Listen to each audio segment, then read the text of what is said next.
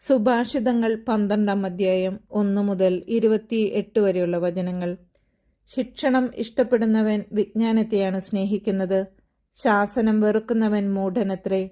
ഉത്തമനായ മനുഷ്യന് കർത്താവിൻ്റെ അനുഗ്രഹം ലഭിക്കുന്നു, തിന്മ നിരൂപിക്കുന്നവനെ അവിടുന്ന് ശിക്ഷയ്ക്ക് വിധിക്കുന്നു. ദുഷ്ടതയിലൂടെ ആരും നിലനിൽപ്പ് നേടുന്നില്ല, നീതിമാന്മാർ ഒരിക്കലും ഉന്മൂലനം ചെയ്യപ്പെടുന്നില്ല. ഉത്തമയായ ഭാര്യ ഭർത്താവിൻ്റെ കിരീടം, അപമാനം വരുത്തിവെക്കുന്നവൾ അവൻ്റെ അസ്ഥികളിലെ അർബുദവും. നീതിമാന്മാരുടെ ആലോചനകൾ ന്യായയുക്തമാണ്, ദുഷ്ടരുടെ ഉപദേശങ്ങൾ വഞ്ചനാത്മകവും. ദുഷ്ടരുടെ വാക്കുകൾ രക്തത്തിന് പതിയിരിക്കുന്നു, സത്യസന്ധരുടെ വാക്കുകൾ മനുഷ്യരെ മോചിപ്പിക്കുന്നു. ദുഷ്ടർ നിബന്ധിക്കുമ്പോൾ നിശേഷം നശിക്കും, നീതിമാന്മാരുടെ പരമ്പര നിലനിൽക്കും.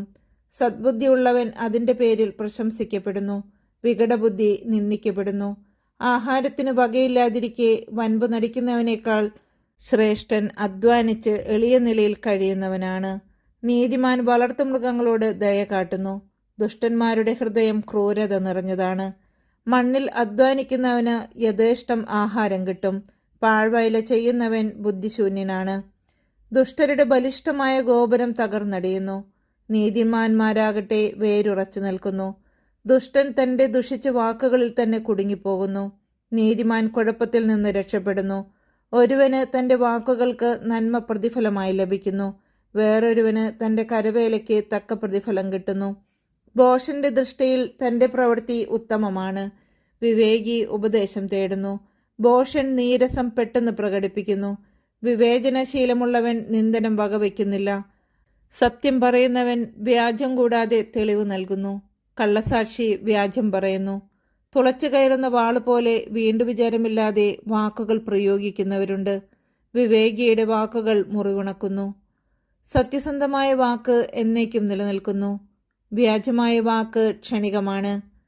തിന്മ നനയ്ക്കുന്നവരുടെ ഹൃദയം കുടിലമാണ്, നന്മ നിരൂപിക്കുന്നവർ സന്തോഷം അനുഭവിക്കുന്നു. നീതിമാന്മാർക്ക് അനർത്ഥം സംഭവിക്കുന്നില്ല, ദുഷ്ടർക്ക് ആപത്ത് ഒഴിയുകയില്ല.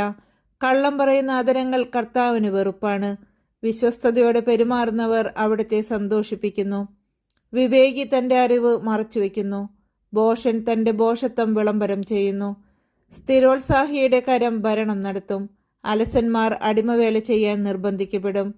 ഉത്കണ്ഠ ഒരുവന്റെ ഹൃദയത്തെ നിരുന്മേഷമാക്കുന്നു, നല്ല വാക്ക് അവനെ ഉത്തേജിപ്പിക്കുന്നു.